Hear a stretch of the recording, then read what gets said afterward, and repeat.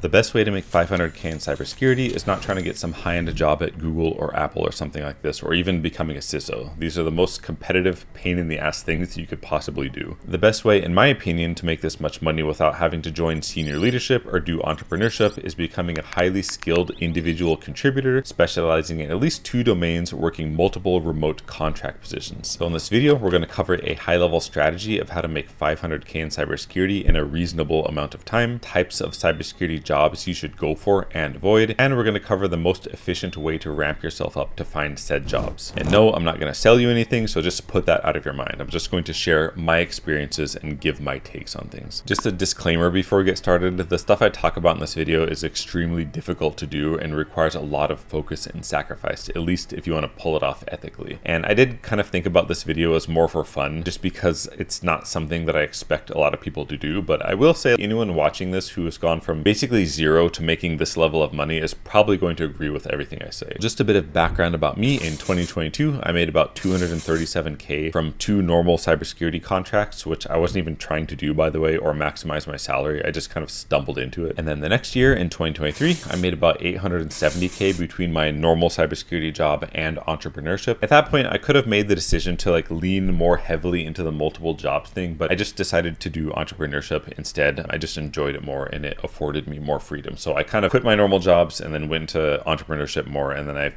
kind of just been doing that. I'm not saying this to brag, obviously. I'm just saying that I've done it before, so I know it's possible, and I still get solicited for jobs even today for normal cybersecurity work, so I know what it takes to be appealing to employers. So getting right into it, the high-level strategy, how to make 500K in cybersecurity. Like I said, highly skilled individual contributor, multiple domains, working multiple contract jobs. And the thing about cybersecurity, and I guess knowledge work in general, is the more skill you have, the better you are at your job, the less amount of time and energy it takes. And this is really important. It's important because being able to do this allows you to compress an 8-hour day down to 2 hours or even less sometimes. And the last time I was working normal jobs in cybersecurity, when I had 2 of them, I was easily able to complete all the work for those both in an 8-hour time period. And it was satisfactory, decent work as well. Of course, you need to know how to deal with people and all that, but generally speaking, the more skilled you are, the easier it's going to be for you to handle a large volume of work. So next, getting right into the type of jobs you should plan for. And I will say, if this is your first cybersecurity job, don't be really picky about it at all. Just get any job and just do your absolute best at that job and learn as much as you possibly can and be a real try hard, but be nice to people at the same time. But your first job, just get any job. This is more for when you're getting your second and third job, the stuff I'm about to talk about. So getting right into job type. I think that you should go for contract positions instead of full-time employee positions. People are always trying to get FTE positions, but I don't think you should. The base pay is higher with a contract. We're just trying to maximize our pay and maximize our income.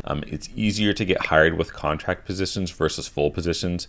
I've often been hired with really minimal loops I had to jump through, and I even got hired once with 0 interview because the person knew who I was and it was at Microsoft. And even if you know someone at Microsoft, to get FTE, you have to go through interview loops, and it's just a lot of time and energy that I don't need to be spending. Lastly, contract positions tend to have a smaller scope of work and less expectations on you. So it's just better in my opinion. So contract work over full-time employee work. Obviously, if something comes along that's a full-time employee and it's really good and they want to hire you and it looks good, just go for it if you want to. But I'm just saying, generally speaking, contracting, it's just better and easier to deal with. Next, in my opinion, you should probably choose positions that allow you to be somewhat flexible, because there are some positions in cybersecurity where there's not really a lot of flexibility, I guess, depending on what you're doing. For example, incident response, you can't really choose when incidents happen. And if you're in a position that's making over 100K, you're probably going to be expected to be certain places and at certain times and be present. And this can be a pain in the ass. So I wouldn't choose some kind of SOC job or an incident response job for my second job in cybersecurity. First one, it's okay when you're trying to get a feel for things and get experience, but I wouldn't stack a bunch of incident response jobs. Another job that I think you should really avoid is any kind of cloud support engineering,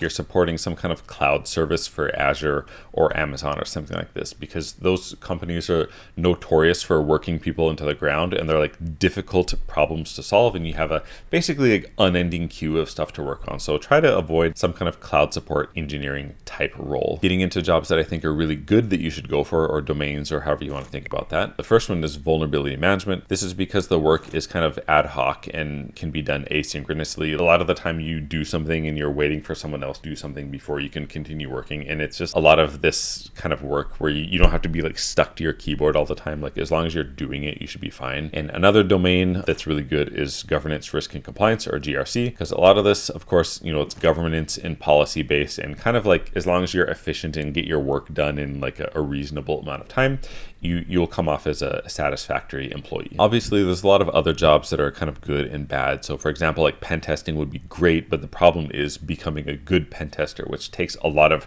ramp up time, as opposed to like vulnerability management and GRC, which can be ramped up relatively quickly compared to like pen testing and exploit development and all those high speed things. And then finally, the fun part, how to most efficiently ramp yourself up to get these jobs. Rebirth warning. The old version of you probably has to die at some point in order to achieve a certain level of success. If you're a normal person doing normal people things, making normal people money, you're gonna have to go through probably at least 1 to 3 rebirths before you start making a serious amount of money. It's just something that happens naturally, kind of as a byproduct of you doing what's necessary to see a high level of success. I would say high level of success is like anything above maybe like 350K. That's well outside of normal people money. 2 major things happened to me when I was on this journey to get more money, essentially. Like the first thing being, I just ended up losing a bunch of friends, because when you're executing at a really high level, you need every ounce of time and energy that you can possibly get. And when you're really optimizing your life and trying to actually get stuff done for yourself, you'll notice like some of your friends are like literal actual time and energy and emotional sponges, and it will just wear on you after some time. And you have to make the decision, like, do I keep dumping my energy into this person, or do I try to like better myself? And as a byproduct, you just will lose friends along the way. But the good thing is you end up gaining a lot of friends as well, like other people who are trying to do similar things that you're doing. The second thing that happened to me is my values kind of changed, and the way I look at money changed a lot. Looking back to when I was like a poor teenager working at the grocery store, and if somebody asked me like, what would you do if you made 500K a year? I'd be like, I'll buy like a WRX and a Lamborghini and like all this like stuff. But when you go through the process and you die and reborn and die and reborn again, and you're making 500K through your blood, sweat, and tears, none of that really matters anymore. Like maybe you think cars are cool still, but all my focus gets dumped into optimizing my time and energy. And instead of like buying a Lambo, I'm like really happy to just use Uber and just relax and not have to drive. Like maybe you'll like want to rent a Lambo or something, but the way I view money and like stuff in general is like completely changed. It's completely changed. Like I don't even have any items, objects, I guess, like other than my computer and like this camera, I suppose. So the next thing is increasing your HP, MP, and halo effect. HP being hit points or your health bar, MP being mana points or like your energy in general. And then halo effect is just, being the best version of yourself from an appearance standpoint and talking to people and whatnot. Because all of these things make a difference, right? When you're trying to get jobs, and you want to be able to get jobs easily. If you want to do what it takes to ethically earn 500K in cybersecurity, juggling multiple jobs, you should be really, really healthy and start getting as fit as possible as soon as possible for many reasons. If your health and exercise is seriously on point, you'll have at least 50% more energy, like at least, and it's a necessity. I recently won this contest called the Skool Games. It's like a small business entrepreneurship type contest. If you get X place in your category, you'll get flown out to Los Angeles, and then everyone, like all the entrepreneurs, will like meet and hang out and stuff. And a surprising amount of people there were really, really fit and really jacked. So just get your physical health and stuff in check, because it affects your mental health. And if you want to perform at like a really high level, you have to have all that stuff squared away as much as possible, or you're going to have a really hard time. And building on top of this, halo effect is very, very real, and you should max that stat out as much as possible. So halo effect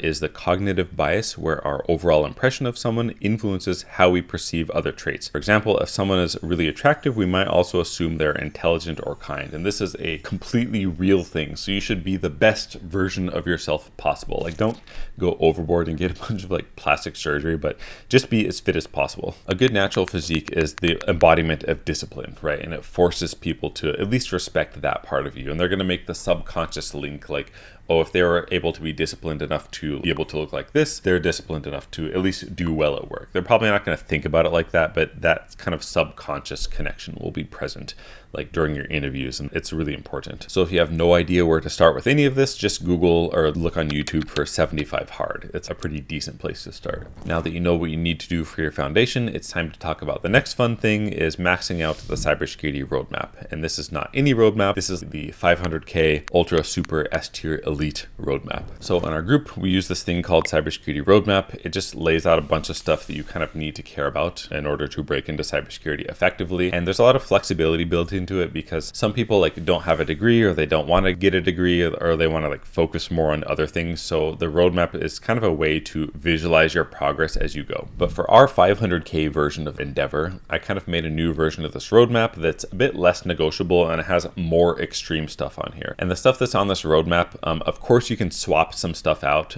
but it needs to be like equivalent. You can't like downgrade any of the items. And I'm basically at this level. The stuff I'm describing in here, I'm basically at that level right now. So I'm not saying a bunch of random stuff that I wouldn't even do or I haven't done, right? So this is the cybersecurity roadmap. I'll just kind of explain this really quick.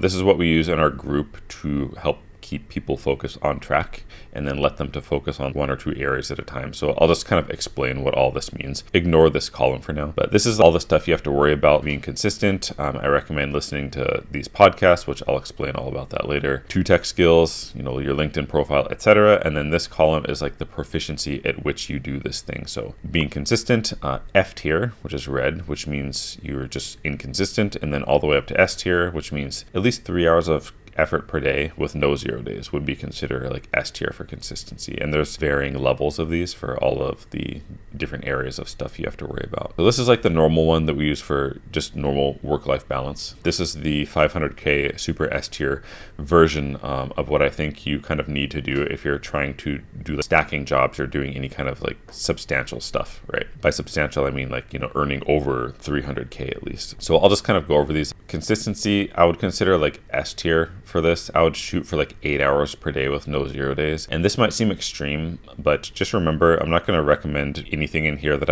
I don't do myself or I haven't done already. And I will say like the only real way to obtain 8 hours of work per day every day with no 0 days is to kind of like if you double click these, by the way, you can like see what's inside, and I'll put a link to this in the description so you can like make a copy of it for yourself. But the only way to achieve 8 hours per day is you need to like starve out your brain from getting bad dopamine. Basically, take this with a grain of salt, but this is like bad sources of dopamine and good sources of dopamine. And instead of just forcing yourself to do this stuff, it's easier if you starve your brain out from getting like this low tier dopamine. So you're only like forced to get dopamine from this stuff, which is harder to get dopamine from, right? Because it's easy to just open TikTok and like start scrolling, but it's a bit harder to do this stuff. So if you starve out the bad one, over time, you can get into that place where you're only getting dopamine from work. And that's basically where I'm at. And if you can get to that, then you can get to this, which will basically fuel the rest of this stuff. CyberWire Daily, these are just podcasts. I just recommend listening to both of these, at least like 200 episodes of CyberWire Daily, starting from today going forward, and then just get completely caught up with Darknet Diaries. These will both like help you pass the interview in the sense that it will like increase your cybersecurity vernacular and industry awareness. You really need to have that down if you want to be really good at interviewing, because people will always ask like, what is your favorite breach in interviews? And like, it will change the way you talk if you listen to these enough. And then for a degree, if you're trying to get this level, you don't want to have any roadblocks. So I do recommend just go get a bachelor's degree if you don't have one already. And I would recommend getting the cybersecurity bachelor's from WGU. It's legit and vetted by the NSA. It has a Center of Academic Excellence designation. Not to mention there's a ton of certifications along with this degree. And if you are this type of person, this 8 hours per day, no 0 days person, this is going to be doable within a year. I've known a few people who have done this specific degree in 6 months, and this video will help you to do that. So just get the degree so you can get it out of the way. You want to remove as many roadblockers as you can if you want to consistently get these type of jobs. And then certification, I kind of lay these out here. You can just like read them, but I do recommend a single high-end mainstream cert like CISSP. And there's a bunch of people who are like, oh, so you need 5 years of experience. It's like so hard, but you only need 4 years or 2 of the 8 domains if you have Security Plus, which you will because you got the WGU bachelor's. And then you can come up with a way to meet the 2 of the domains. It's not that hard to do. You can get CISSP before you have an actual security job, because I I did it. And if you want to like read in between the lines of what I'm about to say, I can endorse people for a CISSP. So I recommend just like getting it, to be honest. And then I recommend a single mid-tier mainstream cert that people know about, like CISA or CCNA, and then, you know, multiple domain-specific certs. Like this SC100 is Microsoft Certified Architect, I believe, and this is Azure Security Engineer Associate, and we'll see these in the sample resume. And there's like a bunch of free practice question decks here. And then I do recommend getting 3 tech skills, S tier them out, and I kind of define them like this. You know, build a extremely elaborate high-end lab once and document it, and then the S tier version of this is implement that lab so many times that you can do it without using any documentation off the top of your head. And I put a couple of samples over here. Like this is just a YouTube video but like using Tenable, and then another YouTube video of implementing a SIM and setting up a mini SOC in Azure. So I recommend like do better versions of these labs, in my opinion, enough times to where you can just do them off the top of your head. And then I do recommend being able to code, to be honest. You don't have to be like this level of S tier, but it really helps a lot. And being able to code versus somebody who just like uses ChatGPT, there's quite the difference. So I do recommend being able to code, but if you really averse to coding, I'll just maybe get familiar with it and then maybe pick up like just dip into a third skill a bit.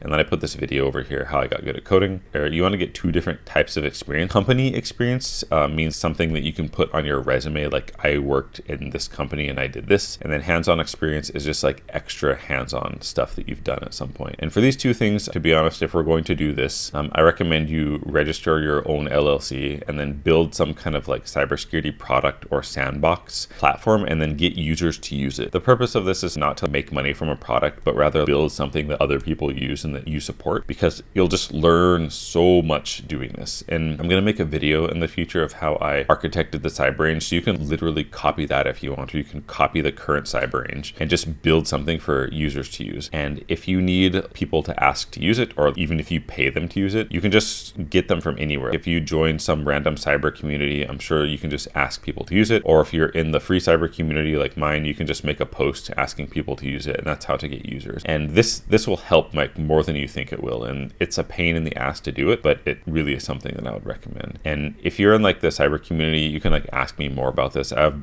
pretty much like infinite ideas of projects that you can build, but you can actually like put this on your resume, and I'll show you what the resume looks like at the end of this. I do recommend creating some kind of long form content. You can make content around these NIST publications and then 4 high-end technical labs, complete like good quality high-end content around it. And I put some ideas for content that you can make here. And literally like any of my content is fair game for you. So if you're in the free cyber community, these are like all the frameworks I mentioned. So you can literally recreate the videos I did here, but just make them better than mine, or there won't be any point to it. And these are the 2 videos on YouTube that we just like went over, like up here. And then if you're in the paid cyber range, any of that content is fair game as well. You can literally remake any of my content. Just try to make it better than I made it. Otherwise, like you're just, wasting time essentially.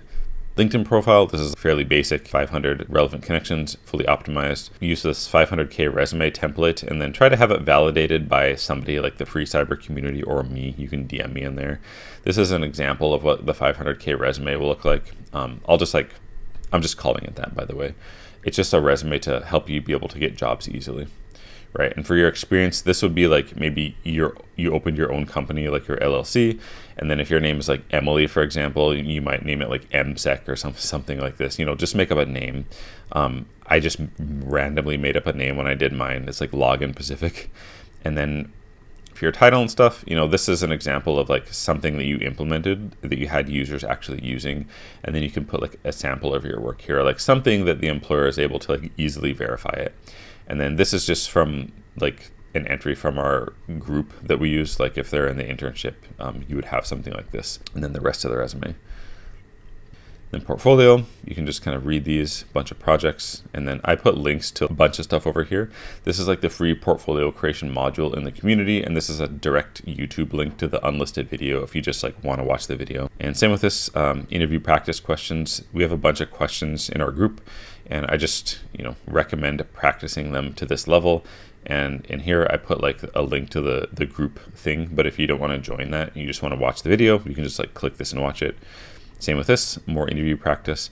and then the job application execution. There's like a really particular way that you should go about applying to jobs. Like, don't use quick apply, use a customized resume for each one, search for jobs by keyword instead of like job title. And I go over all of that inside of here. Again, there's like, this is the course link to it, which is free. And then if you don't want to join that, you just want to watch the video, I put the direct link to it here.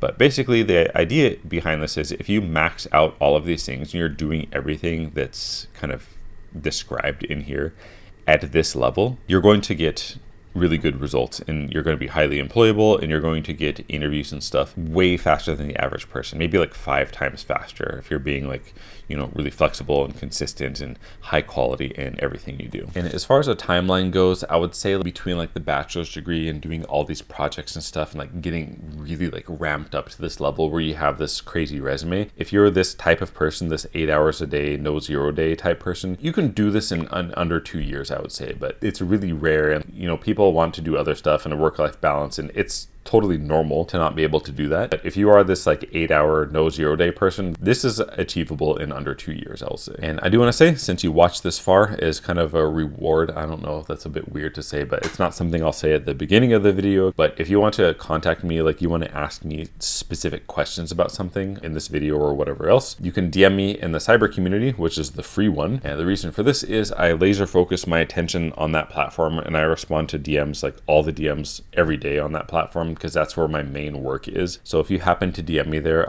I will respond, unless you say some trolling thing, I might not. But yeah, feel free to DM me on there. And if you enjoyed this video and you want to disagree with anything I said, do that in the comments. But if you like this video, you'll probably like this video as well. Check it out, and we'll see you in the next one.